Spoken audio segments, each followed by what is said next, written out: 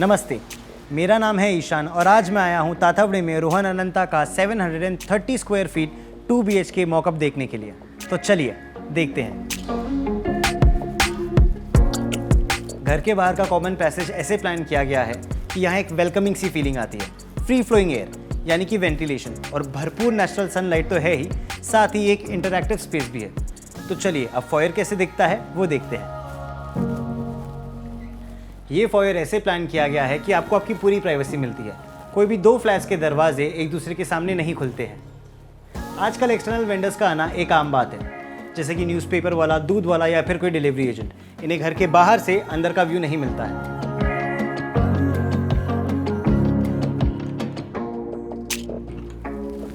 Electricity distribution board ऐसे placed है कि इसके मेंटेनेंस का काम आपकी प्राइवेसी मेंटेन करते हुए भी किया जा सकता है। अब लिविंग रूम कैसे दिखता है चलिए देखते हैं।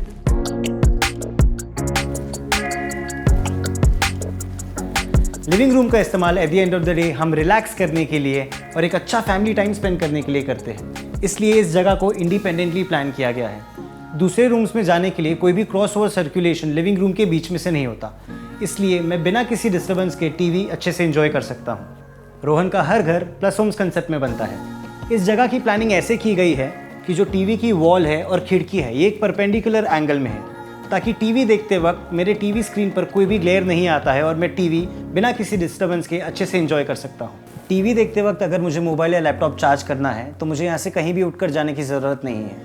मुझे सीटिंग के पास ही चार्जिंग पॉइंट दिया गया है, जिससे कि मैं बैठे बैठे मोबाइल या लैपटॉप चार्ज कर सकता हूँ। यहाँ पे सेंट्रली प्लेस स्लाइडिंग डोर्स होने की वजह से पर्दे दोनों तरफ चले जाते हैं और मुझे एक क्लियर अनऑब्स्ट्रक्टेड व्यू मिल रहा है। यहाँ दोनों तरफ वेकेंट स्पेस अवेलेबल है, जिसकी वजह से मैं स्टैंडर्ड फर्नीचर भी फिट कर सकता हूँ। इस घर की most of the main walls offset free है, यानी कि बीम्स और कॉलम्स वॉल में ही मर्ज्ड हैं। फैमिली के साथ बैठकर खाना खाने का मज़ा ही कुछ अलग है। डाइनिंग की चेयर्स बाहर निकालने पर भी बेडरूम या वॉशरूम में किसी को जाना हो तो उनका रास्ता क्लियर होना चाहिए, ना कि कोई एक्सेस ब्लॉक। ये बात मुझे काफ़ी पसंद आई। ये कोई फ्री फ्लोटिंग डाइनिंग एरिया नहीं है। इस डेडिकेटेड जगह पे जो दीवार है इसका यूटिलाइजेशन आप क्रॉकरी यूनिट के डिस्प्ले के लिए भी कर सकते हो। मुझे मेरे और मेरी फैमिली के लिए एक ऐसा किचन चाहिए जहाँ दो लोग आसानी से साइमल्टेनियसली किचन प्लेटफॉर्म का यूज़ कर सकें। L shape long length kitchen platform की वजह से मुझे ये बात यहाँ पर पॉसिबल लग रही है। Dedicated stainless steel sink, kitchen appliances जैसे कि मिक्सर, ग्राइंडर, माइक्रोवेव के लिए डेडिकेटेड इलेक्ट्रिकल पॉइंट्स और फ्रिज के लिए स्पेस। किचन ट्रायंगल कंसेप्ट के 3 एस्पेक्ट्स होते हैं: हॉब, सिंक और फ्रिज। इन तीनों का प्लेसमेंट अगर सही से किया जाए तो उसे सही मायने में एक अच्छा किचन माना जाता है। और यहाँ पर इन तीनों चीज़ों की इफेक्टिवली प्लानिंग की गई है, जिससे कि काम करने में भी आसानी होती है। किचन प्लेटफॉर्म साफ सुथरा हो यह हर किसी को चाहिए होता है। मसाला, दूध, तेल, तड़का, इनसे हुए दागों की वजह से हर रोज़ किचन प्लेटफॉर्म को कई बार साफ करना पड़ता है। ये तो रोज़ का ही काम है। एक बात जो मुझे यहाँ पर अच्छी लगी है वो है कि डाडो टाइल्स, ग्रेनाइट प्लेटफॉर्म और ग्रेनाइट एजेस की वजह से साफ़ सफाई आसानी से हो जाती है। साथ ही मैं यहाँ पर ओवरहेड कैबिनेट लगाकर वाटर प्यूरीफायर फिट कर सकता हूँ, जिससे कि मेरे किचन का लुक भी बना रहेगा। इस किचन की और एक बात ये भी है कि ये मेन डोर से ज़्यादा दूर नहीं है। मेड या कुक को अगर किचन में आना हो तो वो डायरेक्ट बिना घर की स्पेस को डिस्टर्ब किए आ जा सकते हैं।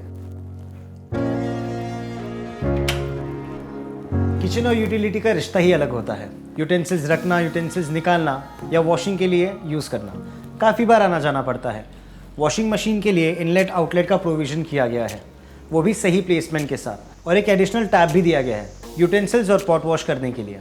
अगर इजी ड्रायर वगैरह लगाना है तो उसके लिए भी सफिशिएंट स्पेस है और ये यूटिलिटी एरिया कवर्ड है। इसका एक फ़ायदा ये भी है कि मुझे मेरी मेन बालकनी में या टेरेस पे कपड़े सुखाने की कोई ज़रूरत नहीं है, वो मैं यहाँ पर भी सुखा सकता हूँ। कॉमन वॉश बेसिन को डाइनिंग के करीब प्लेस किया गया है, जिससे कि आपकी प्राइवेट स्पेसेस में ना जाते हुए आपके गेस्ट इस्तेमाल कर सकते हैं। काउंटर टॉप वॉश बेसिन के नीचे की जो स्टोरेज स्पेस है आप उसका भी अच्छे से इस्तेमाल कर सकते हैं। स्कूल जाना हो या ऑफिस जाने की तैयारी हो, सुबह के वक्त सबसे ज़्यादा लोड वॉशरूम और वॉश बेसिन पर होता है।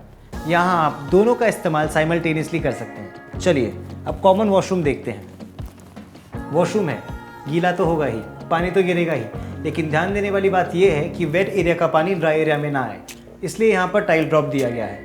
Branded fittings, anti skid tiles, आपके घर की सबसे प्राइवेट स्पेस को भी यहाँ पर एक एलिगेंट लुक मिल रहा है। वॉशरूम्स में जो एक चैलेंज होता है कि हम अक्सर गीले पैर लेके बाहर आ जाते हैं। यहाँ मुझे ये चैलेंज पॉसिबल नहीं लग रहा है क्योंकि इस वॉशरूम की एंट्री ड्राई एरिया से हो रही है। अब चलते हैं मास्टर बेडरूम की तरफ। बेडरूम में जो दो बड़े फर्नीचर होते हैं वो होते हैं बेड और वार्डरोब। अनंता में रेक्टेंगुलर शेप बेडरूम्स है जिसकी वजह से स्पेस यूटिलाइजेशन काफ़ी अच्छे से हुआ है। यहाँ पर साइड टेबल्स भी प्रेजेंट है और 2-वे स्विचेस भी। बेड के सामने वाली वॉल पर आप एक टीवी यूनिट भी बना सकते हैं। अब चलते हैं मास्टर वॉशरूम की तरफ। वॉशरूम को एक एलिगेंट लुक मिलना बड़ा ज़रूरी है। दोनों वॉशरूम्स के जो टाइल्स हैं इन्हें एक सिमेट्रिकल पैटर्न में बनाया गया है जिसके वजह से एक ज्योमेट्रिकल लुक मिल रहा है। काउंटर टॉप वॉश बेसिन पे मैं इजीली मेरा टूथब्रश या हैंड वॉश वगैरह रख सकता हूँ। जो WC है इसकी फिटिंग वॉल हंग है ना कि फ्लोर माउंटेड, जिसकी वजह से फ्लोर भी आसानी से साफ हो जाता है। जो वेंटिलेशन है यहाँ पर वो एक्सटर्नल है ना कि किसी एनक्लोज डक्ट में। इस वॉशरूम में भी ड्राई एरिया और वेट एरिया अलग है और इस वॉशरूम की एंट्री भी ड्राई एरिया से है जिससे कि बाहर आने वाले पैर कभी गीले नहीं रहते हैं। इस वॉशरूम में ग्रेनाइट आर्किट्रेव भी प्रोवाइड किया गया है। अब चलते हैं कॉमन बेडरूम की तरफ।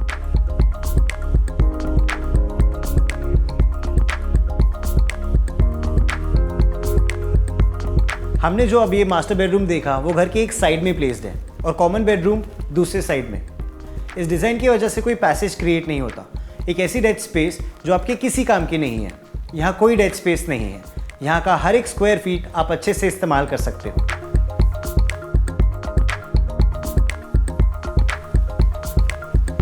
अगर कॉमन बेडरूम की डोर ओपनिंग देखें तो इसकी प्लेसमेंट कॉन्शियसली ऐसे की गई है कि आप यहाँ एक फुल लेंथ वार्डरोब बना सकते हैं और उसके ऊपर आपको एक्स्ट्रा स्टोरेज स्पेस भी अवेलेबल होगी।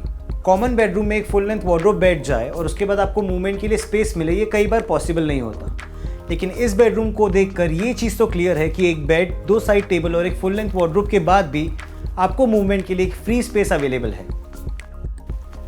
कॉमन बेडरूम की प्लेसमेंट ऐसे की गई है कि आपके गेस्ट बिना घर की प्राइवेसी को डिस्टर्ब किए आ जा सकते हैं। अब चलते हैं टेरेस की तरफ।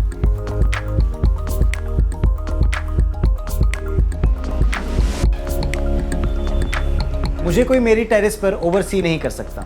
इसकी साइज़ भी ऐसी है कि यहाँ पर एक स्टैंडर्ड फर्नीचर भी फिट हो जाएगा। मैं इजीली बैठकर यहाँ पर बुक रीड कर सकता हूँ और कंफर्टेबली चाय भी पी सकता हूँ।